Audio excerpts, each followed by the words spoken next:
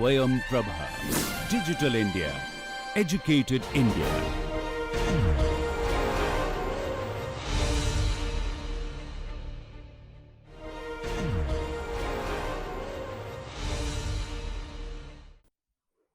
Hello students.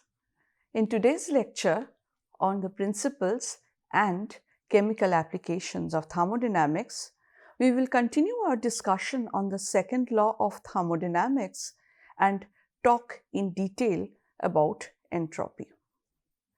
We have already talked about how the Carnot engine introduced to us a new state function called entropy.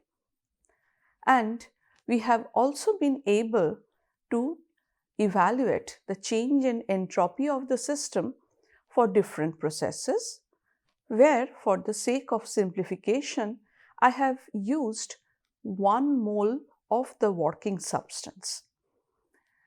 Now, if I go ahead and remind you of the different expressions that we arrived at for reversible processes, this is a list of the different processes that we have already talked about.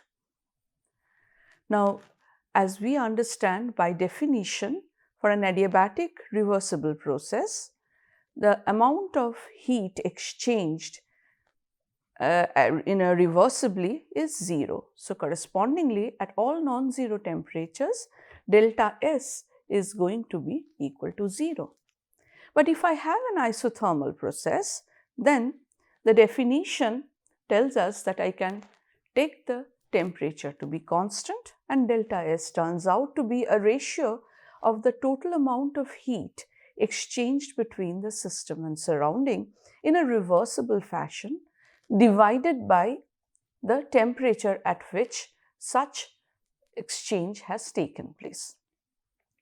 We have also talked about how to evaluate delta S in an isothermal expansion of an ideal gas or isochoric heating of any system. So, if you have a system with both heating and volume change, then you can find the resulting change in entropy as a function of the initial and final temperatures as well as the initial and final volumes. Finally, when looking at heating at constant pressure, we understood that it can involve both a phase change and a heating at constant pressure without phase change. And according to the experimental condition, I will either have some idea about the change in enthalpy during the phase transition at a temperature T, which is a constant during phase change, and then I can find out what the corresponding delta S is. But if the system simply undergoes heating and stays in the same phase, then if I know the specific heat at constant pressure of the system and the initial and the final temperature, I would be able to compute the change in entropy for such a process. So, this slide actually summarizes all that you need to know to solve a problem given that your process is a reversible one.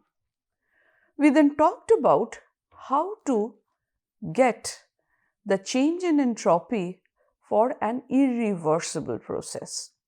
So, little Calvin, who was introduced to us by Bill Watterson, thought that since entropy is defined in terms of reversible processes, he can do without thinking about irreversible processes. So, he looks grumpy over here. So, what kind of irreversible processes that we have talked about? We have talked about the freezing of supercooled water, and also we have talked about mixing of two ideal gases. And we found that in both the cases, we are able to find the change in entropy between the initial and the final state by constructing reversible steps between the initial and the final state given for the process. Now, the next question that comes into picture, keeping all these in mind, is whether we can calculate entropy change accompanying a wide range of change in temperature. Now, if you have a pure substance, in that case, you can equivalently say that, can I measure entropy at any temperature? So that would mean that, let us say I start from a very low temperature, very close to the absolute zero of temperature. So in most of the common cases, the substance that I am working with will be a solid. Now, if I heat this solid at constant pressure, then it is constant heating of the solid at constant pressure. So if I go on heating it at some certain temperature T equal to Tf, the liquid will start melting, the solid will start melting into the liquid. And as you see that here there is a question of not only a heating at constant pressure, but it is heating at constant pressure with phase change. And therefore, when the solid is transformed to liquid at this temperature, the temperature will also remain constant as long as all the solid is transformed into the liquid phase. Finally, if I go on heating even more, then what I would have is heating at constant pressure of the liquid phase. If I continue heating, I will arrive at the temperature T equal to Tb, whereby once again I will have the situation where the liquid will start evaporating. So there will be a liquid to gas phase transition, and since this transition involves some latent heat, therefore at T equal to Tb, when we are heating the liquid, the temperature will also remain constant as long as the liquid is getting transformed into the gas. So here again, I have another instance of heating at constant pressure giving a phase change, whereby during the phase change the temperature will also remain constant. And if I heat the system further, what I have is the heating of the gas at constant pressure. Therefore, this is what I mean by change in entropy accompanying a wide range of change in temperature. So it means that I am going to measure the entropy change as I go from a very low temperature to a rather high temperature, and this transition may involve phase transition at different stages. Now, associated with this, as I have already mentioned, we would like to know the measurement of the value of entropy at any temperature. So what I mean by this is, for this process, as I have shown here, I can always calculate delta S. So if my initial equilibrium state was at T equal to 0 and my final equilibrium state is at a finite temperature T, then what is delta S? Delta S would be the value of entropy of the system at the temperature T minus the initial value of entropy when T was equal to 0. Now, we have already discussed how to find out delta S for such system, for these kind of processes. Therefore, I can find out S of T, that is the absolute magnitude of entropy at a temperature T, as the magnitude of entropy at absolute zero of temperature plus delta S. Now, as you understand that in this case, I have already discussed how to get delta S for different processes. In this example, I need to know how to calculate delta S at different stages of the transformation from t equal to 0 to a finite t with and without phase change. Therefore, if I want to know this S of t, I need to now find out what is going to be the value of entropy of the given system at absolute zero of temperature. So, this has been actually mentioned over here. So, for this process of transition of the solid from t equal to 0, heating of this at constant pressure up to a temperature T when it is in the gas phase, I know that S of t is equal to S of 0 plus this entire quantity, which is delta S, and I can compute delta S provided I know the heat capacities of the solid, liquid and the gas phase. Also, if I know the freezing temperature, heat of fusion, boiling temperature and the heat of vaporization or the standard enthalpy of vaporization. So, for all these, as I have already mentioned, that experimental data are available in the literature. Therefore, once again, let me emphasize that I can find out the absolute value of S of t provided I know the experimental data on the specific heats, etc., and the entropy of the system at absolute zero of temperature. Now, so let us spend a little bit of time talking about how to get the absolute values of entropy. So, scientists carried out a lot of experiments on systems at very low temperatures, and this is how Nornst gave a heat theorem which summarized a wide body of observation, and it says the entropy change for any chemical or physical transformation approaches zero as the absolute temperature approaches zero. So, this means that for a given system, S tends to 0 as T tends to 0, but it happens when all the substances involved are perfectly ordered. So, this is what is known as the Nornst Theorem. I will give you one typical example of an experimental data that was used to propose this heat theorem.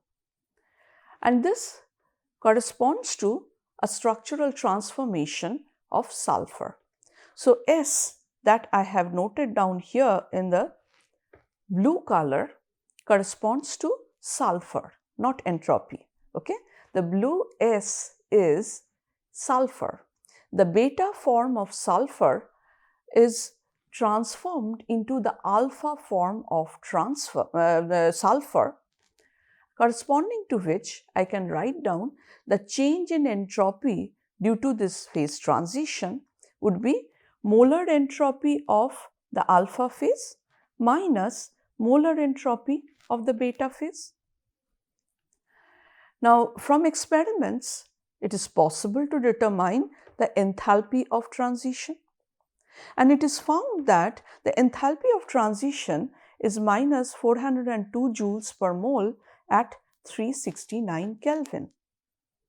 Therefore, this is an instance where I know the temperature of the transition, I know the enthalpy of the transition, so I can immediately calculate the change in entropy during this transition. So, now I find that Sm alpha minus Sm beta, that is equal to about minus 1 joules per Kelvin per mole. Now, another set of experiments were carried out whereby one followed the change in entropy of the pure phases alpha and beta separately, and it was found that the molar entropy of alpha, it varies as this, where this is the molar entropy of alpha at absolute 0, and this is the increment in joules per Kelvin per mole as the alpha phase goes from very low temperature to the temperature of the experiment, that is 369 Kelvin. Similarly, the behavior of the molar entropy of the beta phase was also monitored as a function of temperature, and it up to 369 Kelvin, and it was found that this is given by this value of the molar entropy of the beta phase at absolute 0 plus this quantity. So now I can combine these two values and find out what delta S of transition is, which is Sm alpha minus Sm beta. So when I calculate that, what I find is this turns out to be from this estimate, delta S transition turns out to be Sm alpha minus Sm beta minus 1 in joules Kelvin inverse mole inverse. Now let me compare these two panels.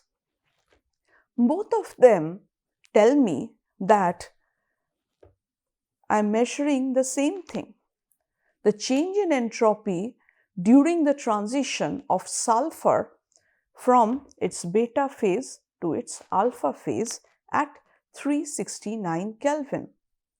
Now, if I compare these two, I can equate this quantity to this. So, what will it mean? It would mean that Sm, that is molar entropy of alpha at 0 temperature, minus molar entropy of beta at 0 temperature is nearly equal to 0.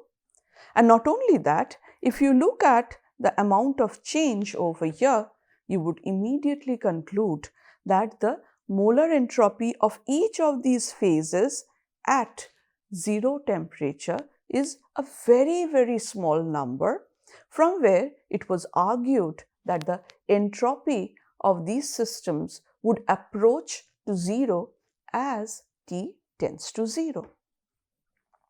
From here, the third law of thermodynamics was formulated, and that the statement is including the what we have discussed in the previous slide. It says the entropy of all perfect crystalline substances is 0 at T equal to 0. Now you understand that we indeed required an additional law of thermodynamics to tell us about what happens to S at 0. Now that you know S at 0, you can definitely find out S at T, which would be equal to S at 0 plus delta S, where you can find out delta S for the process that you have designed to take your system from very low temperature to very high temperature. So this is the way you can find out the absolute value of entropy at any given temperature, where you have learned about delta S from the second law of thermodynamics and S of 0 from the third law of thermodynamics. And some of the third law entropies at standard state at 298 Kelvin, these values are shown here. As you see that this value, this is the molar entropy at 298 Kelvin, these are very different for different quantities. And as expected, the solid has a much lower value of the entropy, standard entropy at 298 Kelvin. The liquid water has somewhat larger value of entropy, and then if you look at another water like benzene, another liquid like benzene, it is a lot more. And finally, if you look at the gas phase, you find that the standard entropy value is much more than any of these systems. Now, from our understanding of what these systems differ by, we understand that the solid is an ordered structure. This order decreases in the liquid and is minimum in the gas phase. And therefore, I would say that if I go from the gas to the solid, this is the direction in which the underlying structure would have higher degree of order, and therefore we associate the concept of entropy with the degree of disorder. And our conclusion would be, as disorder increases in the microscopic structure at the thermodynamic level, that is at the macroscopic level, this would be demonstrated by an increasing value of entropy as we go in the direction of increasing disorder.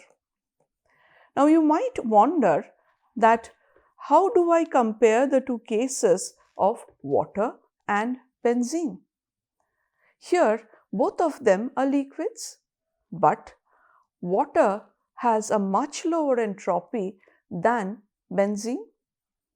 As you understand, water is a very interesting system because of one property that it possesses that liquid benzene does not, and that is the hydrogen bonding.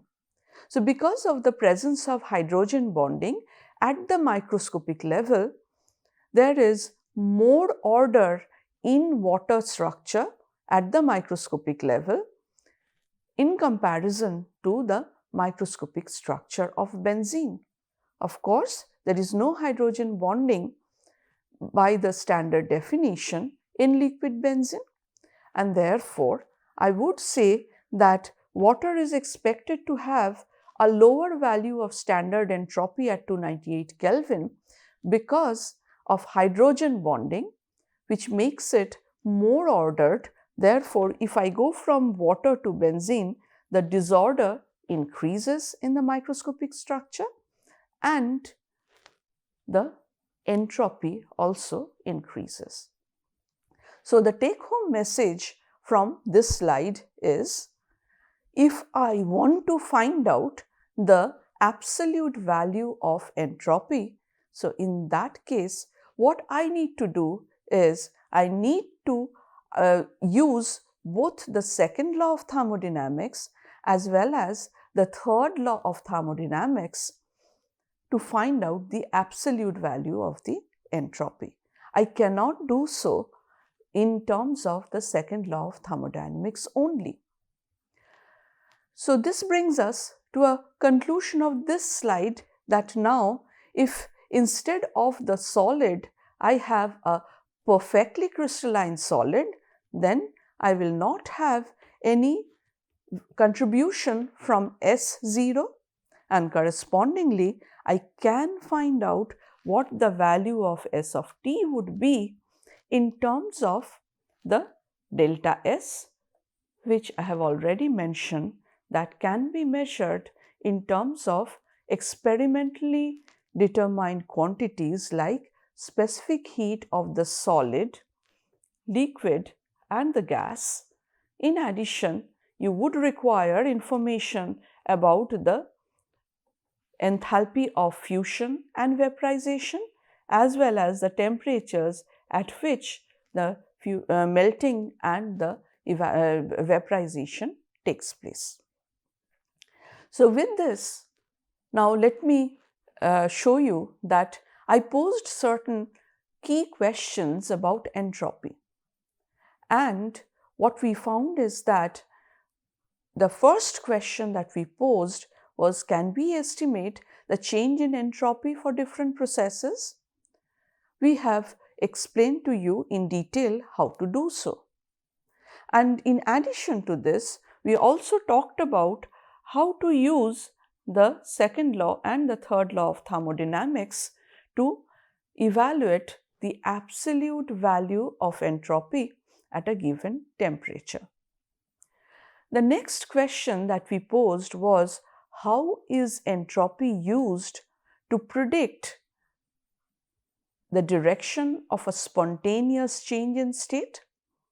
And then if I have the system arriving at a new equilibrium state, what would be the condition that would determine that a particular state is going to be the new equilibrium state? And finally, we also wanted to understand how entropy helps us in understanding why we never have an ideal heat engine. So far we have talked about the first question. Now in the next lecture, I am going to talk about this very important question as to the use of entropy to predict the condition of spontaneity and equilibrium as a macroscopic system passes from an initial equilibrium state and proceeds towards a final equilibrium state and then equilibrates in that final state. Thank you.